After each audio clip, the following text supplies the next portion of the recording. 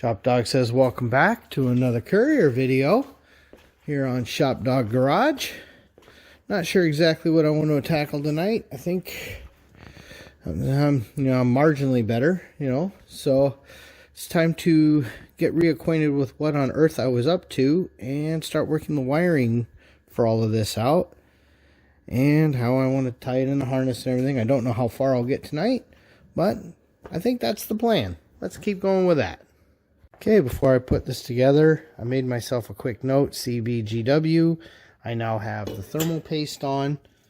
I have screws that actually fit it. It's tightened down. We made that little spreader bar fit real nice. And there is thread locker on there. I like this stuff on a stick. This is great. So, getting ready to put the gasket and the cover back on. And I think most people would never even realize that isn't correct. Wasn't even thinking about it, and I'm glad we did. So we are, you can see intake and exhaust on number 1 are closed. So this is spark time. So wherever I decide to cycle that, I now know that I'm top dead center on the firing stroke. Okay, and we're building the harness for the magnetic trigger. So white is orange, green is violet, which in this harness is brown. So this is what's going to come from here. You can see we've already got, and I don't have that bolt down because of a ground that has to go on there, but we've got our tack feed coming off the negative and the positive for the coil. Those are there. And then this will be the green and white from those. So I gotta go find a heat gun though. There, and with that, the only thing I have left to do is to get power to the coil. And if I really had to, I could do it on this orange wire here, but I think I'd rather do it down on the coil. I know I didn't really want to pull the coil off, but if that makes the best sense, it does. And I think that I would rather have a spaded connector for that one. So we will do that. And that, I believe I'm going to take that from a relay. I haven't decided yet because I really haven't gone through how the ignition used to be set up in the original harness yet. So we got to see. That might draw more current than the original setup did. So we don't want to be limiting our ignition just because we use some old wires. Okay, we've got this guy off, and I think I'll just go ahead and do a spade with a nice ignition feed, and we'll go from there. And this should be more than enough to reach anywhere for a relay because, we know everything's coming around to this side. So this should be more than enough. All right, so, in fact, I even grabbed one that says ignition feed on it. It's plenty long enough to reach anything, so we'll get that back in. Notice we got our ignition feed going to positive, and then this black wire is our negative on the coil, which is the trigger, which also is our tack, which is why we have that.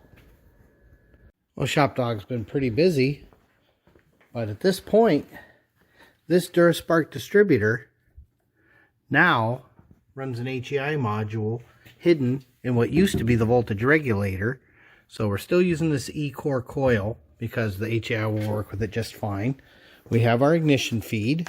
We've got to decide where we're going to feed that from.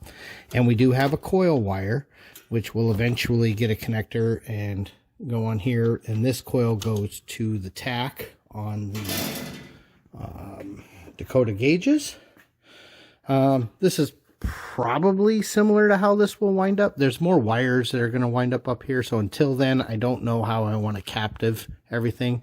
Maybe I'll make a little bracket. I don't know yet. I did take advantage of 2 existing holes down there for the wiring. So that'll keep this wire out of the alternator because I put those little plastic poppies in there. I don't have any over here, but I think I have some over here. You saw me use these on several projects. Yeah, these little guys. So you just tape them to the harness. Works great.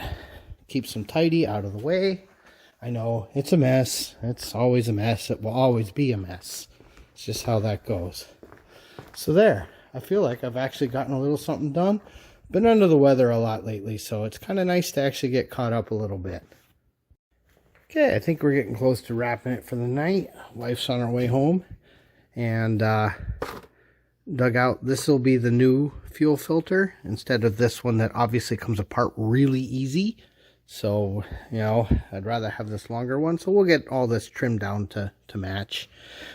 Gonna do it before the radiator's in because it's easier to get at.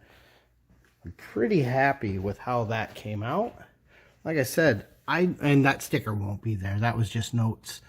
But in the long run, someone who doesn't actually know these cars might not even realize that anything happened. So you saw in previous videos how we mounted the HEI module. And you saw that we had figured out that we could use this reluctor and sensor here. I don't know if this one's Hall effect or which it is, but it doesn't matter. It's our magnetic trigger. So this black wire, that's grounded right here. Everybody recommends tying the ground to help with noise canceling. And then, you know, the battery wire, which is orange, you know, that orange becomes, I have a note. Orange becomes white. So that's right here. And then green is, it's brown on this wire because it's old, but it's really violet. So yeah, so that magnetic pickup, you know, that will fire our coil. And, you know, the HEI, through its own magic and wizardry, will just have the dwell time correct, and it's all going to work great, and we'll be able to run a nice big 40 mil gap on our plugs. Everything's going to be amazing, and we can still keep our air cleaner, which is why we're going through all of this, because the air cleaner would not clear any other distributor. So, all right. At this point, thanks for watching.